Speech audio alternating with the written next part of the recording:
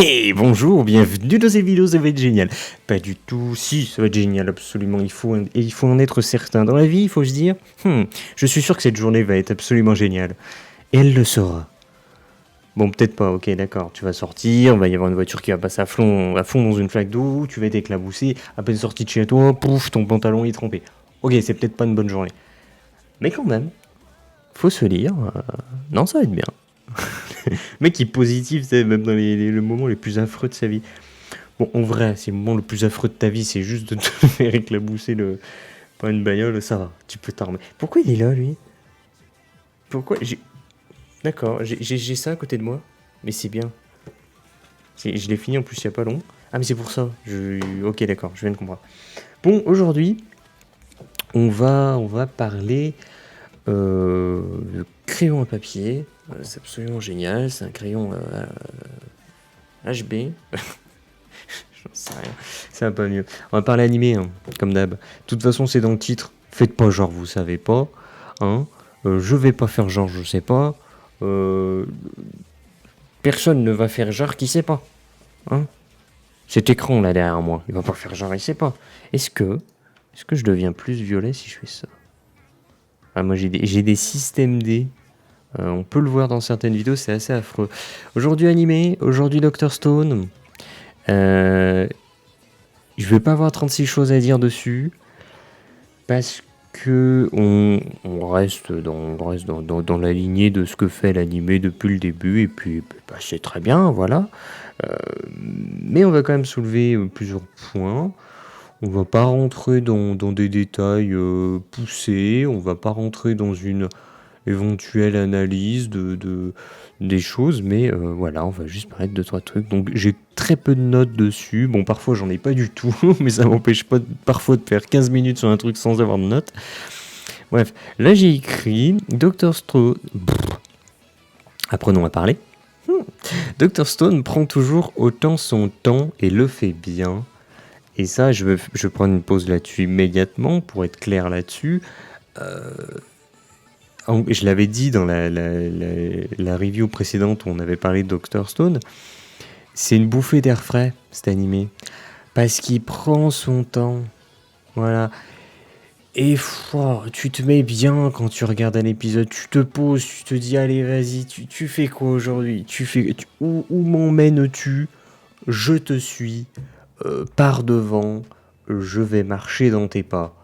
Voilà. Pourquoi je sais pas.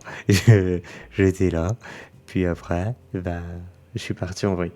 Mais en tout cas, bah, pour le moment, je vais arrêter de jouer avec ce bouquin. Pour le moment, on reste toujours dans cette mouvance de prendre son temps. Et bordel, ça fait du bien. Surtout, comme je l'avais déjà dit, on a de plus en plus d'animés qui vont ultra vite. Alors c'est l'époque qui veut ça, je comprends. Mais c'est pas parce que le public demande des trucs qui aillent toujours plus vite qu'il faut leur donner. C'est con à dire, mais enfin, je veux dire une phrase de vieux con, mais le public ne sait pas ce qu'il veut. Voilà, le public ne sait pas ce qu'il veut. Moi, quand je veux voir un film hollywoodien au cinéma, je sais ce que je vais avoir, et c'est bien dommage. Parce que j'aimerais bien qu'on me donne des trucs qui changent. Voilà. J'aimerais bien que quand tu te dis je vais regarder un film hollywoodien, tu ne sais pas ce que tu vas avoir. Sauf qu'en fait, c'est totalement l'inverse qui se passe. Tu sais ce que tu vas avoir. Et aujourd'hui, quand tu regardes un animé, ben, tu sais ce que tu vas avoir. Tu vas avoir un truc qui va aller à 200 à l'heure, qui va essayer de t'envoyer les classiques. Si c'est un shonen, les classiques du shonen, il va te les envoyer à la gueule très rapidement. Si c'est un seinen, bon, tu vas retrouver pareil les classiques au niveau des personnages. Et même dans les seinen, ça a tendance à accélérer le rythme des animés. Mais bon, c'est moins présent quand même dans du seinen, faut pas les connaître. Mais on va parler principalement shonen parce que c'est un peu l'équivalent animé des productions cinématographiques hollywoodiennes. C'est le même but, c'est d'avoir le public le plus large possible. Et pourquoi je suis parti là-dessus, je sais plus. Oui, et donc du coup, ce qui est bien avec Dr. Stone, c'est qu'on n'est pas là-dedans. C'est qu'on n'est pas rentré là-dedans. On est dans une génération qui va à 2000 km/h quand il te raconte une histoire, et donc du coup, tu n'as pas le temps, tu n'as le temps de rien exploiter de ce que tu as posé dans ton récit, et c'est vraiment dommage. Et du coup, les histoires ne racontent rien, parce qu'elles n'ont pas le temps. Dr. Stone prend son temps, et du coup, il te raconte des choses, et ça marche. Ça marche complètement. Je veux dire, les persos qu'il y a dans Dr. Stone pour le moment, je suis beaucoup plus intéressé par tous ces personnages que, prenons... on va pas prendre Harry Fouetta, parce qu'on aime bien taper dessus, c'est bien de la merde. Mais je veux dire un truc tout con, Danmachi, j'aime bien, mais je reconnais ses milliards de défauts. Mais typiquement, dans Danmachi, des persos, j'en ai rien à foutre. Mais j'en ai rien à foutre, ça va trop vite, on n'a pas le temps. Je m'en fous des persos, voilà, je m'en fous, j'en ai rien à foutre. Et même Fire Force, honnêtement, je m'en fous les persos. Ça va trop vite, on n'a pas le temps de se poser avec les persos, du coup, mais je m'en fous de leur vie. Je sais pas qui c'est, je m'en fous, je veux pas savoir. Voilà, tu veux pas, prends ton temps, et là je voudrais savoir, mais tu prends pas ton temps, du coup je m'en fous. C'est du contenu, en fait, que tu... apéro, là, je sais plus quelle est l'expression, je vais appeler ça du contenu apéritif. Du contenu apéro, quoi. Tu le prends et hop, tu le jartes 2 secondes après, quoi. Et ça va pas, ça va pas du tout. Et donc dans Dr. Stone, on n'a pas ça. Non, voilà. C'est pas du contenu apéro, ça. Hein, c'est pas du pomme chips, comme appellent ça les gens. Là, on a un vrai bon repas, tu vois, consistant avec... Pourquoi je prends pourquoi je compare ça à un repas, je sais pas, ça va pas mieux. Mais bon, bref.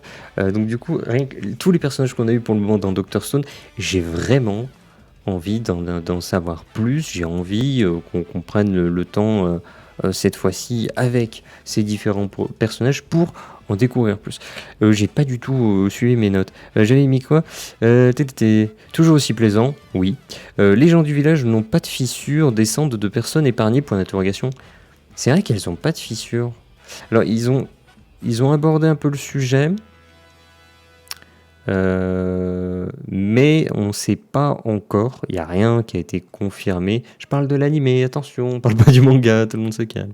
Rien n'a été confirmé, donc on sait. En réalité, on ne sait pas s'ils sont descendants des humains et s'ils ont été réveillés en premier. Mais s'ils ont été réveillés en premier, pourquoi est-ce qu'ils n'ont pas de fissures? On peut se poser des questions.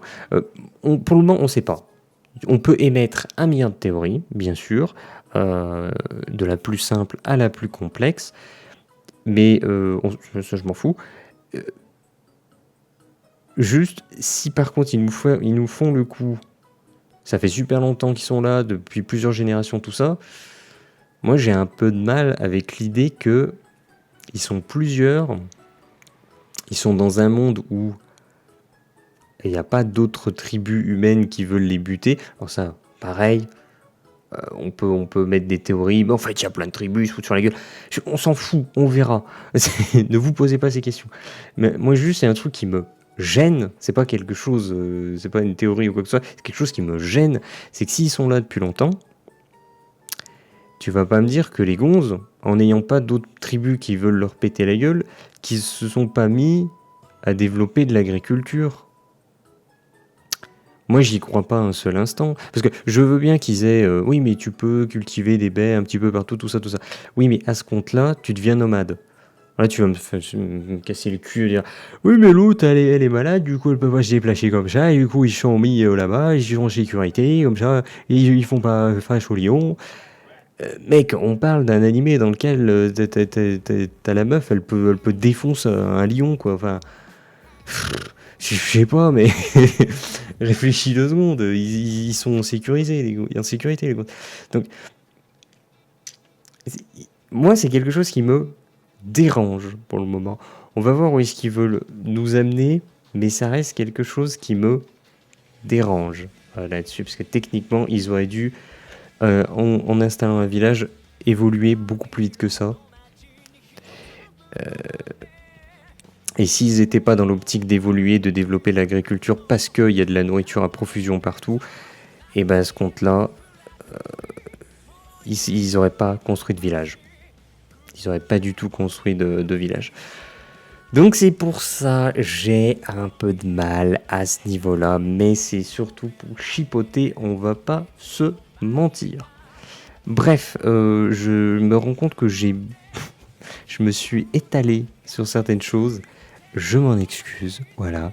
Euh, mais il est bien cet animé aussi, c'est de sa faute à lui, hein. Parce que tu lances un épisode, tu te dis, bon, allez, on va se regarder un petit épisode. Et puis là, l'épisode, il se lance et tu te fais, oh, putain, c'est bien. Et tu kiffes, du début à la fin, tu kiffes, t'es en kiff total. Et puis bon, la fin d'épisode arrive et tu es triste, parce qu'il faut attendre une semaine pour la suite.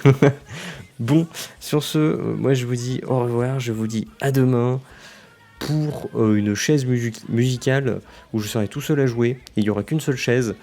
Et du coup, ça y est, le jeu est fini. Donc, je sais pas ce que je ferai demain. Sur ce, clap de fin.